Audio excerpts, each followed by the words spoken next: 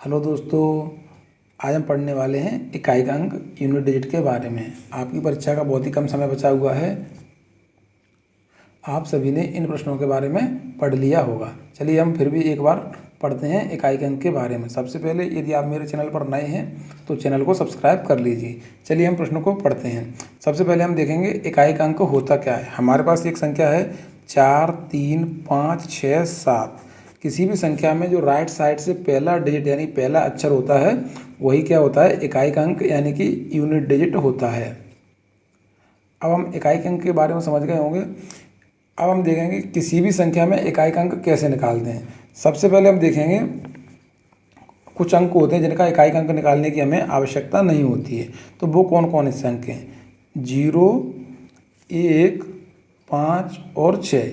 ये ऐसे अंक हैं जिनका हमें इकाई का अंक निकालने की आवश्यकता नहीं है। मान लीजिए हमारे पास अंक है 6 और इसकी पावर है 8। इसका यदि हम इकाई का अंक निकालें तो क्या निकल के आएगा? 6 ही निकल के आएगा, क्योंकि जब भी हम 6 का जितनी बार भी मल्टीप्लाई करेंगे तो उसका आखिरी डिजिट क्या आएगा? 6 ही आएगा। जैसे यदि हम 6 का 6 से मल्टीप्लाई करें तो कितना आएगा? 36। तो देखिए इकाई का अंक क्या है इसमें? 6। यानी कि इन डिजिट का हम जब भी इकाई का अंक निकालेंगे तो वही डिजिट निकल के आएगा जिस डिजिट का हम इकाई का अंक निकालते हैं। तो इन डिजिट की हमें इकाई का अंक निकालने की आवश्यकता नहीं है। अब हम देखेंगे हमें किन डिजिट का इकाई का अंक निकालने की आवश्यकता है। तो हम देखेंगे 2, 3, 4, 7, 8 और 9।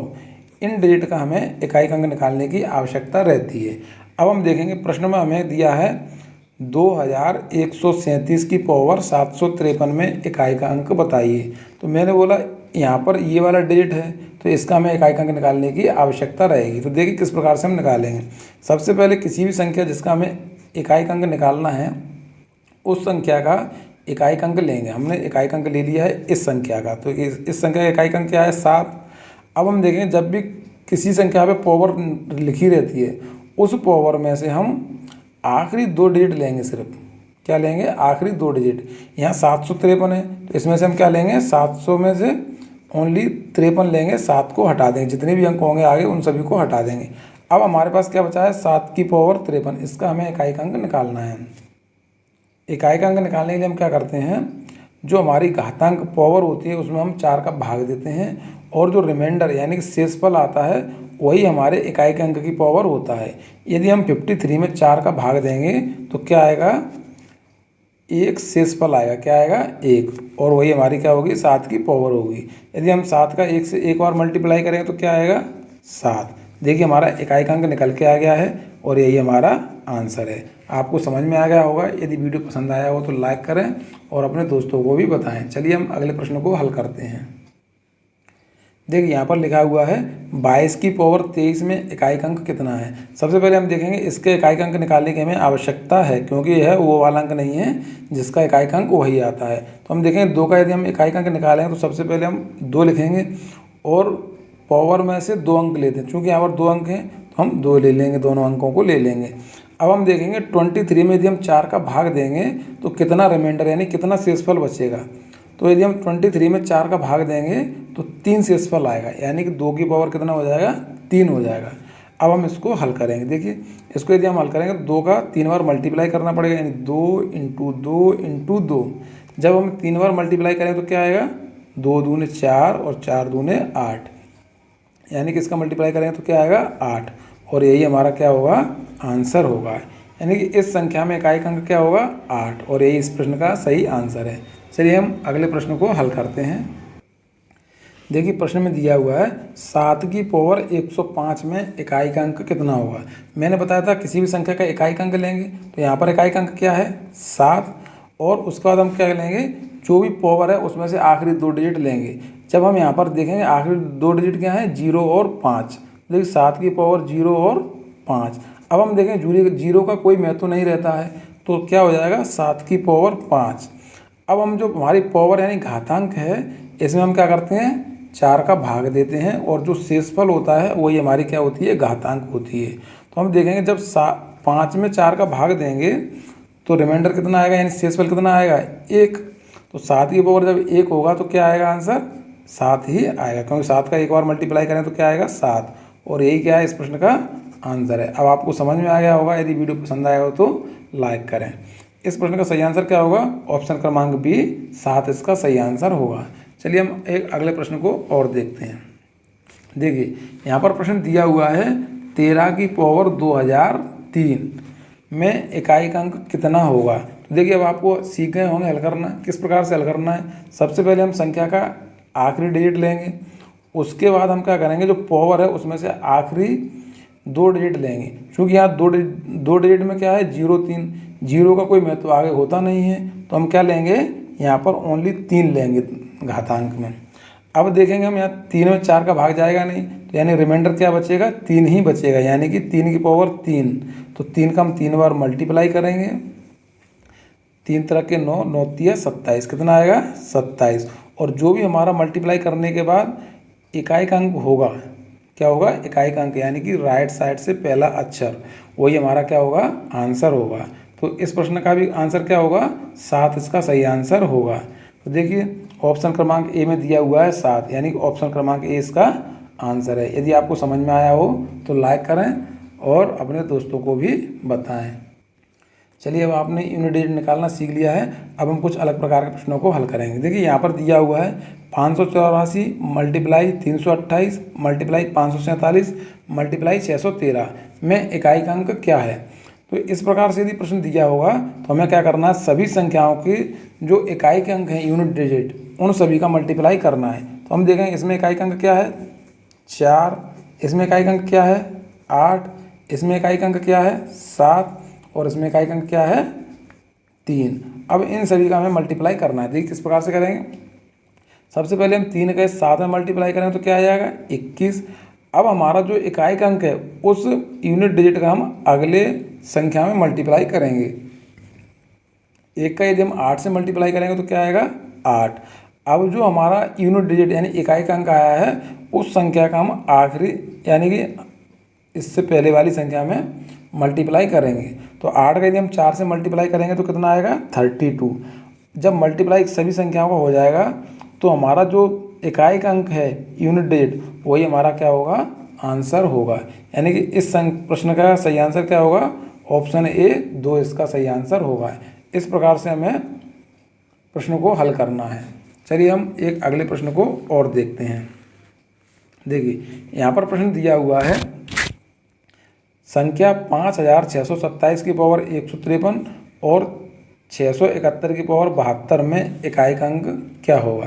देखिए ऐसे प्रश्न को किस प्रकार से हल करेंगे। सबसे पहले मैंने आपको क्या बताया था, इकाई का अंक निकालेंगे इस वाली संख्या में। तो किस प्रकार से निकालेंगे, सबसे पहले हम इस संख्या का इकाई का अंक लेंगे, उसके बाद जो भी पावर है उसका आखिरी 2 डिजिट लेंगे पावर का, यानी कि 53। अब हम देखेंगे इस संख्या में 4 का भाग देंगे। जब इस संख्या में हम 4 का भाग देंगे तो कितना आएगा 7 की पावर 1 आएगा, क्योंकि जब हम इसमें 4 का भाग देंगे तो हमारा क्या बचेगा, एक शेषफल बचेगा। देखिए 7 की पावर 1 बराबर क्या होगा 7। हमने इस संख्या को इस संख्या के अगले हिस्से को हल कर लिया है। इसी प्रकार से हम इस हिस्से को हल करेंगे।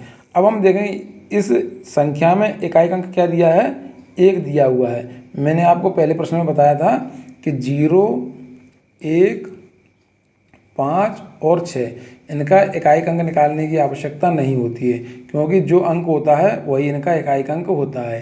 यदि हम इसका इकाई का अंक निकालें तो क्या निकल के आएगा, 1 निकल के आएगा। अब हम देखेंगे हमने पहले हिस्से का इकाई का अंक निकाला तो क्या निकल के आया 7, और दूसरे हिस्से का इकाई का अंक निकाला तो क्या निकल के आया 1। चूँकि दोनों में मल्टीप्लाई हो रहा है तो हम दोनों का क्या करेंगे, मल्टीप्लाई करेंगे। तो 7 का यदि हम 1 से मल्टीप्लाई करेंगे तो क्या आएगा 7। इस प्रकार से इस संख्या का इकाई का अंक निकल के आ जाएगा। तो इसका सही आंसर क्या होगा, इसका सही आंसर होगा 7। ऑप्शन क्रमांक सी इसका सही आंसर होगा। चलिए हम अगले प्रश्न को हल करते हैं। यह प्रश्न परीक्षा की दृष्टि से बहुत ही महत्वपूर्ण है, क्योंकि सबसे अधिक परीक्षा में ऐसे ही प्रश्न पूछे जाते हैं। देखिए यहाँ पर हम देखेंगे, यहाँ पर लिखा है 7 की पावर 95 माइनस 3 की पावर 58 में इकाई का अंक क्या होगा। तो सबसे पहले तो हम इस संख्या का इकाई का अंक निकालेंगे। देखिए 7 की पावर 95 तो हम 7 लिखेंगे और इसमें हम 4 का भाग देंगे। जब हम इसमें 4 का भाग देंगे तो 4 दूने 8 और 4 तिये 12, यानी कि रिमाइंडर कितना बचेगा शेषफल 3, और जो रिमाइंडर बचता है वही इसका क्या होगा, घातांक होती है। तो जो 7 की पावर कितना है 3, 7 का यदि हम 3 बार मल्टीप्लाई करेंगे तो क्या आएगा 7 × 7 × 7, 7 7 49, और 7 9 63 की 3। तो देखिए इकाई अंक क्या निकल के आ गया 3, यानी कि इस हिस्से का इकाई अंक क्या निकल के आया 3 इकाई अंक निकल के आया। अब हम इस हिस्से का इकाई अंक निकालेंगे तो हम देखेंगे यहाँ पर इकाई अंक क्या है 3, और 3 की पावर कितनी है 58। जब हम इसमें 4 का भाग देंगे तो 4 एकम 4, 4 दूने 8, 4 तिये 12, 4 चौके 16, यानी कि रिमाइंडर कितना बचेगा शेषफल 2 शेषफल बचेगा। और जब 2 शेषफल बचेगा तो हम क्या करेंगे 2 बार मल्टीप्लाई करेंगे, 3 × 3 बराबर कितना आएगा 9। अब हम देखेंगे इस हिस्से का इकाई अंक क्या आया 3, उसके बाद क्या लगा हुआ है माइनस, और इस हिस्से का इकाई अंक क्या निकल के आया इतने हिस्से का 9। अब हमें इस संख्या में से इस संख्या को कम करना है। तो देखिए 3 में से क्या 9 को कम कर सकते हैं, नहीं कर सकते, लेकिन हम देखेंगे इस संख्या को यदि हम हल करेंगे तो इसके आगे भी कुछ संख्याएं होंगी। तो अब हमें क्या करना है, क्योंकि 3 में से हम कम नहीं कर सकते, इसलिए पहले वाली संख्या से हम एक कैरी लेंगे और इसको क्या बना देंगे 13 बना देंगे। अब हम 13 में से 9 को कम करेंगे, जब 13 में से 9 को कम करेंगे तो क्या आएगा 4 आएगा, और यही क्या होगा इसका इकाई अंक होगा। तो इस प्रश्न का सही आंसर क्या होगा, ऑप्शन क्रमांक बी इसका सही आंसर होगा। चलिए हम एक प्रश्न और हल करते हैं। देखिए यहाँ पर दिया हुआ है 17 की पावर 1999, 11 की पावर 1999 माइनस 17 की पावर 1999। तो जिस प्रकार से हमने पहले प्रश्नों को हल किया उसी प्रकार से इस प्रश्न को भी हल करेंगे। सबसे पहले हम इस हिस्से का यूनिट डिजिट निकालेंगे। देखिए सबसे पहले हम क्या लिखेंगे 7, अब हम पावर में 4 का भाग देंगे। जब हम पावर में 4 का भाग देंगे तो कितना शेषफल बचेगा 3 शेषफल बचेगा, और वही इसकी क्या होगी घातांक होगी। अब हम देखें 7 की घातांक यदि 3 आता है तो क्या लिखेंगे 7 × 7 × 7, 7 7 49, यानी कि 49, और हम इकाई अंक का इससे मल्टीप्लाई करेंगे तो 9 7 63, यानी कि हमारा इकाई अंक निकल के क्या आ गया इस हिस्से का 3 निकल के आ गया है। उसके बाद प्लस लगा हुआ है तो हम यहाँ पर प्लस लगा लेंगे। अब हम इस हिस्से का इकाई अंक निकालेंगे तो हमने पहले सीखा था 0 1 5 और 6 का इकाई अंक क्या निकल के आता है, वही निकल के आता है जो होता है। तो 1 का इकाई अंक क्या आएगा 1 ही आएगा, तो हम 1 को भी लिख लेंगे। उसके बाद हमें क्या लिखा है माइनस, तो माइनस लिख लेंगे। अब हम फिर से इसका इकाई अंक निकालेंगे, क्योंकि हम देखें 7 की पावर 1999 और यहाँ पर भी है, तो इसका इकाई अंक क्या निकल के आएगा जो इस संख्या का इकाई अंक निकल के आया था, यानी कि 3 ही निकल के आएगा।